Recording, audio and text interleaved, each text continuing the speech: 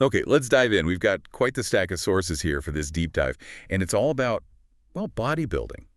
A topic people think they know, maybe? Yeah, I think so. It gets put in a box pretty quickly, doesn't it? Mm. Just about the look, chasing those muscle gains, as they say. Right. But our mission here, looking at these sources, is to show you it's actually much, much bigger than that. It's like Yeah.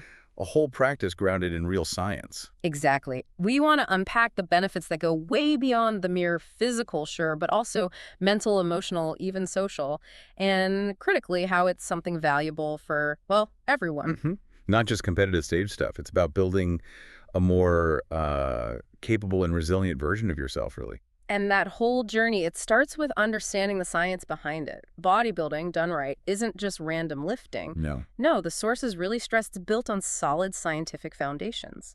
Things like exercise physiology, nutrition, even psychology plays a big part. Okay, so it's taking what we know works from research evidence-based stuff and applying it for real health benefits. That's it exactly. Understanding how your body adapts, what fuel it needs, how your mindset affects everything.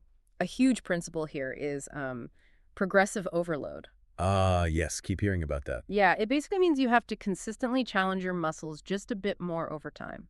Force them to adapt, get stronger. Makes total sense. Yeah. You got to push to change. So, talking changes, let's dig into the physical stuff the sources highlight, beyond just, bigger muscles. Okay, well, one of the really big ones, maybe often missed, is bone mineral density. Right, stronger bones. Exactly.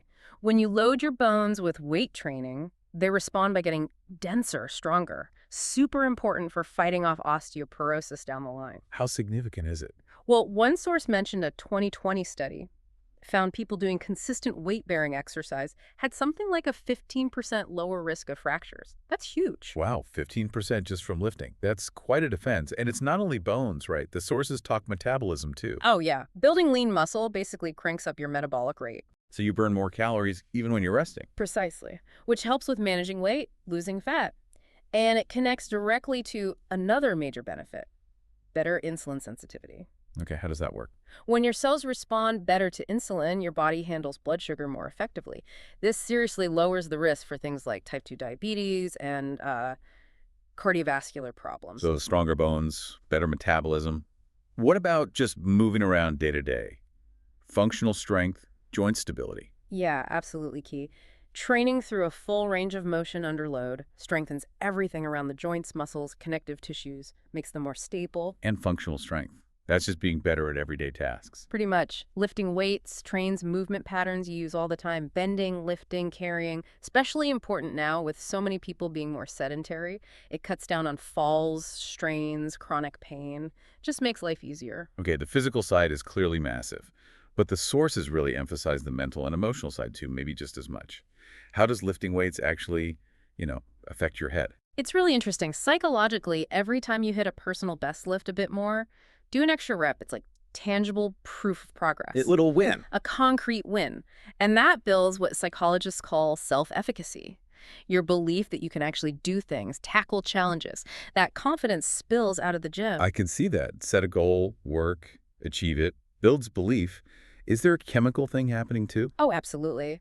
The physical stress triggers your brain to release stuff like endorphins, natural mood boosters, and also neurotransmitters, dopamine, serotonin.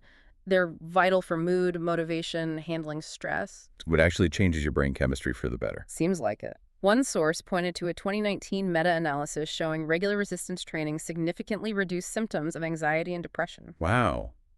So lifting weights can genuinely make you feel better mentally. And I know, just from doing it, that intense focus needed for a heavy set, It's almost meditative, isn't it? yeah, it forces you into the present moment. Just you, the weight, your breathing. It's like hitting a reset button, great for blocking out other stressors. Helps concentration too. Definitely. A productive escape that builds focus. Okay, body, mind. What about connecting with others? The sources mentioned community. Yeah, that's a huge factor, maybe unexpectedly for some. Joining a gym, finding a training group, it creates a built-in support network. People get it. Exactly, people with similar goals. That helps with accountability, knowing someone expects you there and positive reinforcement. It just makes sticking with it way easier. And does that structure itself, the discipline of training, teach you other things? For sure. Sticking to a workout schedule that requires time management, self-regulation. You learn to plan, prep meals maybe, prioritize sleep. Right. It forces you to organize things. Totally. And that discipline, balancing training with life, it builds positive habits. Thinking ahead, making healthier choices.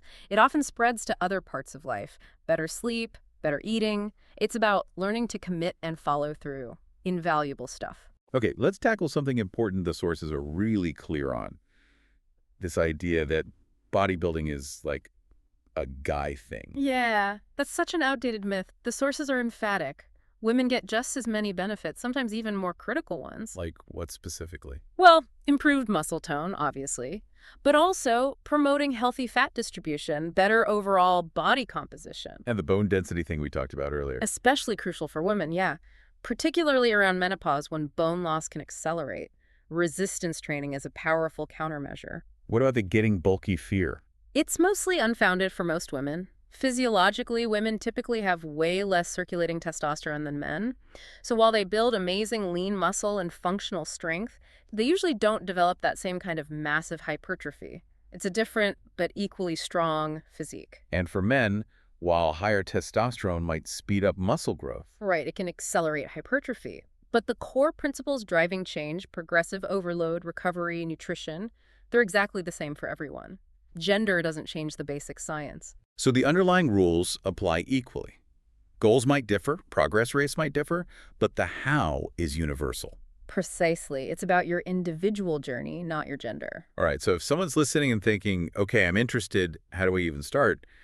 The sources give some really practical steps. Yeah, good, actionable stuff. First step, probably get some guidance. Don't just wander into the weight section. Ideally not.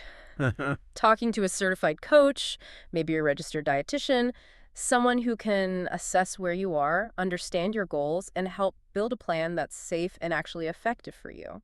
Makes sense. And then focus on basics. Absolutely. Master the fundamentals first.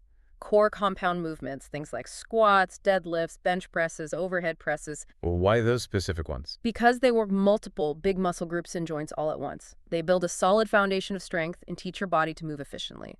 Learn the proper form with lighter weight before you start piling it on. Technique first. Okay, technique over ego. Got it.